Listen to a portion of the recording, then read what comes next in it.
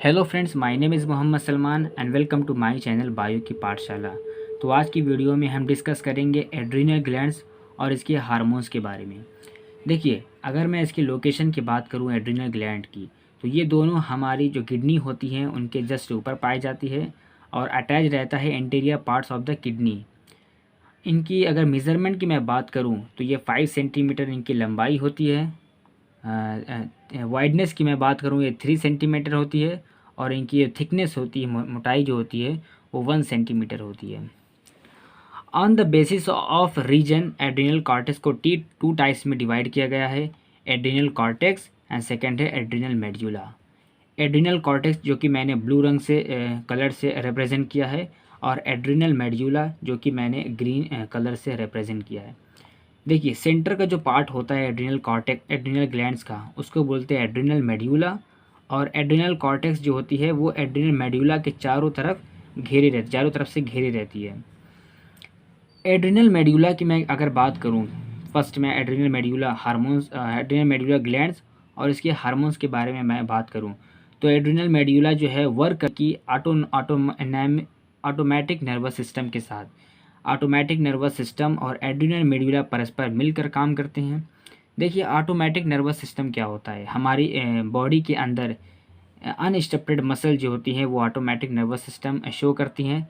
जैसे कि ये हमारे इच्छा के अधीन नहीं होती है, हमारे को कंट्रोल नहीं कर सकते हैं। जैसे कि हमारे बॉडी के अंदर फूड का डाइजेशन होना, रिस्पिरेशन होना, बॉडी का टेम्परेचर हाई या फिर लो हो जाना, ये सारी चीज़ें जो है ना वो कंट्रोल करता है हमारा ऑटोमेटिक नर्वस सिस्टम।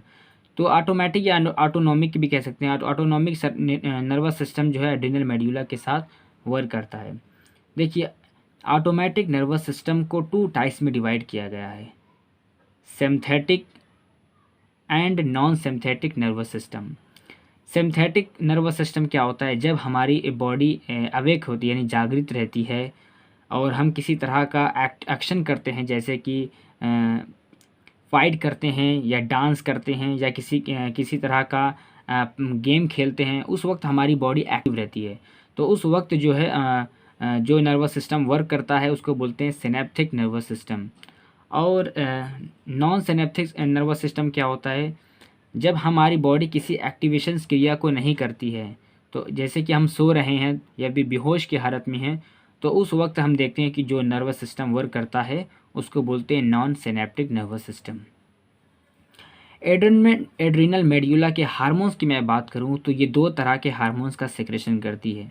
फर्स्ट है हमारा एपिनेफ्रिन एंड सेकंड है नॉन एप्रेनिन हार्मोन्स। इसको हम generally adrenaline and non adrenaline hormones के नाम से भी जानते हैं।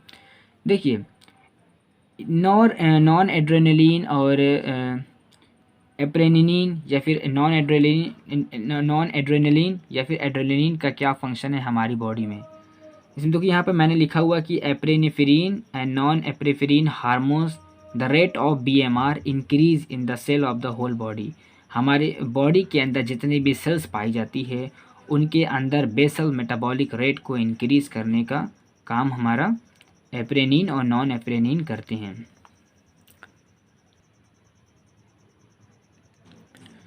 देखिए, यहाँ पर मैंने लिखा हुआ कि अलार्म और स्ट्रेट रिएक्शन। तो इस वर्ड को समझने के लिए सबसे पहले हम जो नीचे यहाँ पे लिखे हुए हैं इसको हमें समझना पड़ेगा कि एड्रिनल मेड्यूला का जो हार्मोन्स होता है वो कब रिलीज़ होता है और क्या फंक्शंस अदा करता है हमारी बॉडी के अंदर। देखिए, जब हमें फियर होता है यानी किसी चीज़ का डर होता है, किसी एक्सटर्नल वाउंड की वजह से अगर हमें चोट लग जाती है तो उस वक्त जो पेन फील होता है, या किसी तरह की एंजाइटी हमारे ब्रेन में है, या हम किसी चीज़ का किसी के ऊपर अपना एंगर जाहिर कर रहे हैं, क्रोध दिखा रहे हैं, या फिर सडनली किसी तरह के एक्सीडेंट हम देखते हैं, या फिर खुद सडनली किसी तरह का एक्सीडेंट हमारे साथ होता है, या फिर हमारी बॉडी किसी तरह से किसी चीज़ से जल जाती है, एक्सटर्नल पैथोजेंस बाहरी रूप से यानी कि वायरस या फिर किसी तरह का बैक्टीरिया अटैक करता है हमारी बॉडी के ऊपर, और या तो फिर किसी तरह का लू लग जाना यानी गर्म हवा लग जाना, या फिर बहुत ज़्यादा ठंडा फील करना, कोल्ड फील करना। तो इस चीज़ों पर क्या नाम है, जब ये ऐसी चीज़ें जो हमारी बॉडी इन चीज़ों से जब गुज़र कर जाती है तो हमारे हाइपोथैलेमस के ऊपर अफेक्ट करता है। हमारी बॉडी जो है सिग्नल प्रोवाइड करती है हाइपोथैलेमस को, और हाइपोथैलेमस इन चीज़ों को वो फील करता है और एड्रिनल मेड्यूला से कहता है कि आप हार्मोन्स का सिक्रेशन करें, ताकि ये जो हार्म चीज़ें हैं, हार्मफुल इफेक्ट है हमारी बॉडी के ऊपर पड़ रहा है, जैसे कि पेन, एंजाइटी, एंगर और बर्न हो जाना, फियर हो जाना, फियर फील करना, या फिर किसी ठंड या गर्म का एहसास होना, तो उस चीज़ों को कंट्रोल करने के लिए, बॉडी के इन हार्मफुल इफेक्ट को बचाने के लिए, बॉडी को मेंटेन रखने के लिए, तो एड्रिनल मेड्यूला जो है 2 तरह के हार्मोन्स का सिक्रेशन करती है। फर्स्ट है हमारा नॉन एप्रेनिन हार्मोन्स, और सेकेंड है हमारा एपिनेफ्रिन हार्मोन, जिसको हम एड्रेलिन और नॉर एड्रेनलिन हार्मोन्स के नाम से जानते हैं। देखिए, जब बॉडी के अंदर नॉन एप्रेनिन हार्मोन्स रिलीज़ होता है तो उस वक्त हमारी बॉडी के अंदर क्या क्या चीज़ें शो होती है, जैसे कि हमारा ब्लड प्रेशर जो है वो इंक्रीज़ हो जाता है,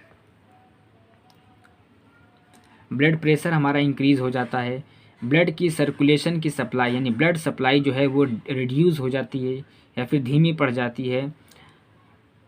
reduce secretion of saliva, saliva जो कि हमारे माउथ से जो रिलीज़ होता है सलाइवा, वो रिड्यूस्ड हो जाता है। रिड्यूस्ड द पेरिस्टाल्सिस मूवमेंट, हमारी एलिमेंट्री कैनाल के अंदर जो पेरिस्टाल्सिस मूवमेंट की वजह से जो काइम फूड मटेरियल्स आगे बढ़ता है वो मध्यम पड़ जाती है, रिड्यूस्ड हो जाती है। यूराइन का फॉर्मेशन होना बंद हो जाता है, नेफ्रॉन के अंदर यूराइन का फॉर्मेशन नहीं हो पाता है। तो ये सारी चीज़ें जो हैं वो अफेक्ट करता है किसकी वजह से, नॉरएप्रेनिन हार्मोन जब ब्लड के अंदर रिलीज़ होता है तो ये सारी चीज़ें हमें दिखाई देती है। Now if you talk about the epinephrine यानी एपिनेफ्रिन हार्मोन यानी एड्रेलिन हार्मोन्स की अगर मैं बात करूँ, एड्रेनलिन हार्मोन्स की, तो ये क्या करता है, increase the activation, digestion, respiration, expiration, blood circulation. तो ये सारी चीज़ों को ये इंक्रीज़ करते हैं, यानी कि ब्लड सर्कुलेशन को बढ़ा देगा, एक्सक्रीशन यानी कि यूरिन का फॉर्मेशन जल्दी जल्दी करने लगेगा, फूड का डाइजेशन करने लगेगा। ये सारी रेट को क्या करता है, ये इंक्रीज़ कर देता है, और ब्लड प्रेशर को ये डिक्रीज़ कर देता है। हमने पढ़ा था कि नॉरएप्रेनिन हार्मोन्स में ब्लड प्रेशर होता है वो इंक्रीज़ होता है, लेकिन जस्ट एक इसके अपोजिट एपिनेफ्रिन में हार्मोन्स में, एड्रेलिन हार्मोन्स में हम देखते हैं कि ब्लड प्रेशर डिक्रीज़ हो जाता है। और इसके अलावा हमारी ट्रैकिया, ब्रोंकाई और ब्रैंक्यूल्स जो है ओपन हो जाता है, जिससे हम क्या करते हैं, बड़ी ईजिली से हम रेस्पिरेशन करने लगते हैं। तो यानी कि रेस्पिरेशन आसानी से करने के लिए ये एप्रेनिन हार्मोन जो है वो बहुत ज़्यादा इम्पॉर्टेंट है। देखिए, बहुत सारे डॉक्टर जो होते हैं अस्थमा जैसी बीमारी जो होती है, अस्थमा डिजीज़ जो उसको हम कहते हैं, उन पेशेंट को बचाने के लिए, उनके अंदर रेस्पिरेशन सफिशिएंट करने के लिए यही हार्मोन्स, एड्रेलिन हार्मोन्स का ही इस्तेमाल करते हैं। चलिए अब हम बात करते हैं एड्रिनल कॉर्टेक्स और इसके हार्मोन्स के बारे में। अभी मैंने पढ़ा कि एड्रिनल मेड्यूला और उसके हार्मोन्स के बारे में क्या क्या फंक्शंस रोल अदा करता है हमारी बॉडी के अंदर। अब हम पढ़ेंगे एड्रिनल कॉर्टेक्स हार्मोन्स के बारे में। देखिए, एड्रिनल कॉर्टेक्स जो है वो 3 तरह के हार्मोन्स का सिक्रेशन करती है। फर्स्ट है हमारा मिनरलोकार्टिकोइड्स, सेकेंड है हमारा ग्लूकोकार्टिकोइड्स, एंड थर्ड है हमारा सेक्स हार्मोन्स। तो सबसे पहले समझते हैं कि मिनरलोकार्टिकोइड्स क्या परफॉर्म करता है हमारी बॉडी में। देखिए, हमारी बॉडी के अंदर वाटर और खनिज लवण के आयन जो होते हैं, यानी कि सोडियम, पोटेशियम, क्लोराइड, इनके आयन का रीएब्जॉर्प्शन करता है। वाटर का रीएब्जॉर्प्शन करता है और सोडियम, पोटेशियम, क्लोराइड आयन को रीएब्जॉर्प्शन करता है।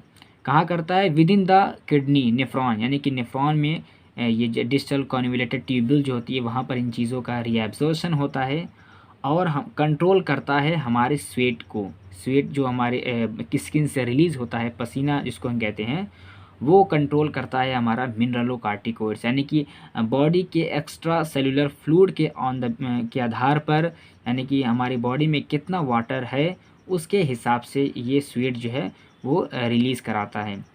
और इसके साथ साथ हमारे की maintain the acid base equilibrium, acid और बेस इक्विलिब्रियम जो है हमारी बॉडी के अंदर उसको मेंटेन करता है। इसके साथ साथ ब्लड का पीएच वैल्यू को, यानी जो कि 7.3 से 7.4 आई थिंक होता है, तो वो क्या करता है, पीएच वैल्यू को मेंटेन बनाए रखने का काम मिनरलोकार्टिकोइड्स करता है हमारा। सेकंड है हमारा ग्लूकोकार्टिकोइड्स। इसका क्या फंक्शन है हमारी बॉडी में? देखिए ग्लूकोकार्टिकोइड जो होता है इसको इस ऐसा नाम इसलिए दिया गया क्योंकि ये ग्लूकोज को इंक्रीज़ कराता है हमारी ब्लड के अंदर।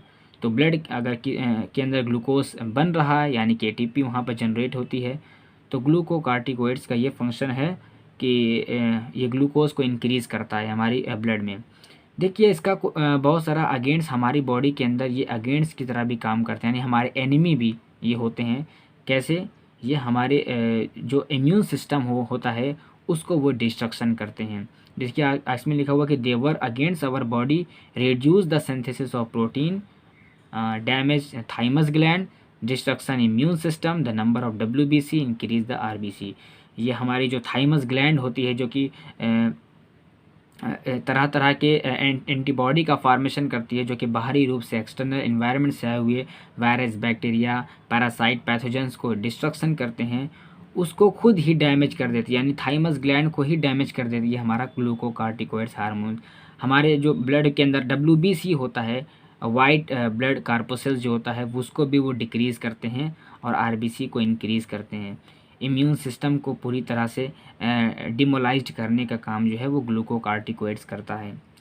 तीसरा है हमारा सेक्स हार्मोन्स। देखिए सेक्स हार्मोन्स का भी कुछ रिलीज़ करता है एड्रिनल कॉर्टेक्स। जो मेल हार्मोन्स होता है, मेल हार्मोन जिसको हम एंड्रोजन्स बोलते हैं, वो भी रिलीज़ करता है, और small amount of female sex यानी कि एस्ट्रोजन हार्मोन्स भी रिलीज़ करता है। Now if you talk about the irregularities of adrenal secretion, जब एड्रिनल ग्लैंड से किसी तरह का हार्मोन्स का सेक्रेशन ज़्यादा होने लगता है या फिर कम होने लगता है, उसको हम बोलते हैं इरेगुलरिटीज़। यानी कि ज़रूरत के हिसाब से बहुत ज़्यादा हार्मोन्स का सेक्रेशन करने लगता है या फिर बहुत कम हार्मोन्स का सेक्रेशन होने लगता है, उसको ही हम बोलते हैं रेगुलरिटीज़ ऑफ एड्रिनल सेलेक्शन। देखिए यहाँ पर लिखा हुआ कि हाइपोसेक्रेशन और हाइपर सेक्रेशन। ब्लड के अंदर जब ज़्यादा हार्मोन्स का सेक्रेशन होने लगता है एड्रिनल ग्लैंड्स के अंदर, तो उसको बोलते हैं हाइपर सेक्रेशन। और ब्लड के अंदर अगर कम हार्मोन्स का, ये एड्रिनल हार्मोन्स का सेक्रेशन कम होने लगता है, तो उसको बोलते हैं हाइपोसेक्रेशन। तो हमें देखिए कि हाइपोसेक्रेशन और हाइपर सेक्रेशन से होने पर क्या डिजीज़ हमें देखने को मिलती है और कैसे कैसे सिम्टम जो है ह्यूमन के अंदर नज़र आते हैं। देखिए यहाँ पर मैंने लिखा हुआ कि एडिसन डिजीज़। एडिसन डिजीज़, इसको एडिसन नाम के साइंटिस्ट हैं, उन्होंने इसकी खोज की थी। उन्होंने बताया था कि एडिसन डिजीज़ किसको कहते हैं। देखिए जब हमारी बॉडी के अंदर वाटर और सोडियम ज़्यादा रिलीज़ होने लगता है in the large amount with urine, यानी कि यूरिन के साथ वाटर और सोडियम इतना ज़्यादा रिलीज़ हो जाता है कि बॉडी के अंदर वाटर की कमी हो जाती है, जिसको हम बोलते हैं डिहाइड्रेशन, यानी कि पानी की कमी हो गई है, लैकिंग हो गया, लैक कर गया पानी। ब्लड प्रेशर और डिक्रीज़ हो जाता है, जैसे वाटर की कमी की वजह से ब्लड प्रेशर जो है हमारा डिक्रीज़ कर जाता है। हार्ट मसल जो होता है, कार्डियक मसल, लीवर और ब्रेन जो है वो वाटर की इतनी कमी हो जाती है कि वो काम करना बंद कर देता है, और लीवर, ब्रेन, हार्ट मसल और हमारी तरह तरह की मसल जो होती हैं वो वीक हो जाती हैं। और हमें क्या क्या सिम्टम नज़र आते हैं? डायरिया। देखिए डायरिया क्या होता है? जब हम बार बार टॉयलेट में जाकर अपने स्टूल लिक्विड फॉर्म में बार बार रिलीज़ करना होता है, इस बीमारी को हम बोलते हैं डायरिया। यहाँ पर मैंने लिखा हुआ हूँ कि एनोरेक्सिया। एनोरेक्सिया यानी होता है कि आपको भूख ना लगना। डायरिया होगा यानी कि लिक्विड स्टूल आपको रिलीज़ करना पड़ेगा और आपको भूख जो है आपकी डेथ हो जाएगी, मर जाएगी। वोमिटिंग फील, आपको बार बार वोमिटिंग फील हो जाए, ऐसे लग रहा है कि मतली आ रही है, तो ऐसे चीज़ें जो हैं वो नज़र आती हैं एडिसन डिजीज़ के अंदर। सेक्सुअल कैपेसिटी आपकी बहुत ज़्यादा डिक्रीज़ हो जाएगी, जनन क्षमता वो डिक्रीज़ हो जाएगा। और फीमेल्स बॉडी के अंदर तक, यहाँ तक कि देखते हैं कि उनके चेहरे के ऊपर, उनके हैंड्स के ऊपर, उनके लेग्स पे एक ब्रॉन्जिंग यानी कि कलर का चकत्ता वगैरह दिखाई देने लगता है, जिसको हम ब्रॉन्जिंग कहते हैं। और कुछ समय के बाद after some time patient has died, और कुछ समय के बाद हम देखते हैं कि इनका इलाज ना होने पर ऐसे व्यक्तियों की, ऐसे पर्सन की डेथ हो जाती है। तो ये था हमारा हाइपोसेक्रेशन। अब हम समझते हैं कि हाइपर सेक्रेशन क्या होता है। देखिए जब ब्लड के अंदर एड्रिनल ग्लैंड जो के हार्मोन्स ज़्यादा रिलीज़ होने लगते हैं ब्लड के अंदर, तो उस वक्त हमें क्या क्या चीज़ें देखने को मिलती है, जैसे कि प्रोटीन्स का लैकिंग होना, यानी कि प्रोटीन्स जो है प्रोटीन का फॉर्मेशन बंद हो जाता है। शुगर हमारे ब्लड के अंदर इंक्रीज़ हो जाएगा, जिसकी वजह से एटीपी जो है हीट के रूप में, एनर्जी के रूप में, हीट के रूप में बॉडी से बाहर होने लगती है, और इस बीमारी को हम बोलते हैं डायबिटीज़, जो कि बार बार हमें अपने यूरिन को रिलीज़ करना पड़ता है। भूख ज़्यादा लगती है। तो ये चीज़ें जो है हाइपोसेक्रेशन की वजह से होता है। Hyper secretion, sodium ion increase हो जाता है, हमारी बॉडी के अंदर सोडियम इतना बढ़ जाता है कि ये इकट्ठा होकर उस जहाँ पर ये इकट्ठा होगा उस आर्गन्स को वो स्विलिंग कर देगा, यानी फुला देगा, जिसको हम सूजन कहते हैं। तो ये किसकी वजह से होता है? हाइपर सेक्रेशन की वजह से होता है। देखिए, अगर ये बीमारी अगर ज़्यादा दिन तक रही, तो ये फीमेल्स में देखा गया है कि इसकी ज़्यादा हाइपर सेक्रेशन की वजह से बहुत सारी ऐसी फीमेल हैं जिनके अंदर मेल जैसे सिम्टम नज़र आने लगते हैं, यानी कि उनके अंदर हो जाएगी, बियर्ड ग्रो हो जाएगी, यानी कि दाढ़ी निकल जाएगी, विस्कर्स यानी कि मूंछ निकल जाएगी, हेयर्स पूरे शरीर में ग्रो कर जाएगा, और फीमेल रिप्रोडक्टिव ऑर्गन्स यानी कि वेजाइना और ओवरीज के पास टेस्टिस और पेनिस का फॉर्मेशन होने लगता है, डेवलपमेंट होने लगता है। और ऐसी वुमेन जो होती हैं वो स्ट्राइल होती है, यानी कि वो बांझ होती हैं। ऐसी वुमेन जो होते हैं वो बच्चे को जन्म नहीं दे पाती है। तो ऐसे सिंड्रोम को हम कहते हैं एंड्रोजेनाइटल सिंड्रोम।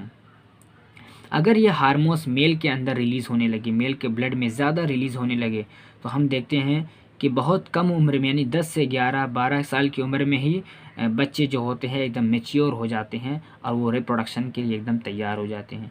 तो ये था हमारा irregularities of adrenal secretion, hyposecretion. अगर ब्लड के अंदर कम हार्मोन्स रिलीज़ हो रहा है तो क्या सिम्टम हमें नज़र आते हैं, ब्लड के अंदर ज़्यादा हार्मोन्स अगर सेक्रेट हो रहा है तो क्या क्या डिजीज़ और क्या क्या सिम्टम हमें नज़र आते हैं। तो अगर ये वीडियो आपको पसंद आई होगी तो like, share, subscribe and comment ज़रूर कीजिएगा। Thank you so much for watching this video.